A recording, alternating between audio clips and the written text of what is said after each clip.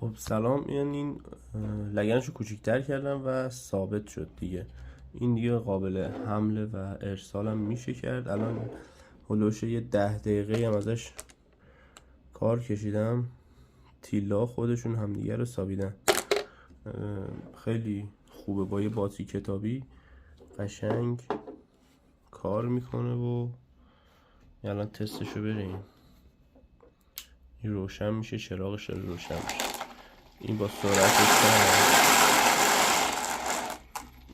حالا با این باید یواش مثلا سرعتش رو تنظیم کنیم. این سرعتش الان تست میکنم تا کجا بالا میره.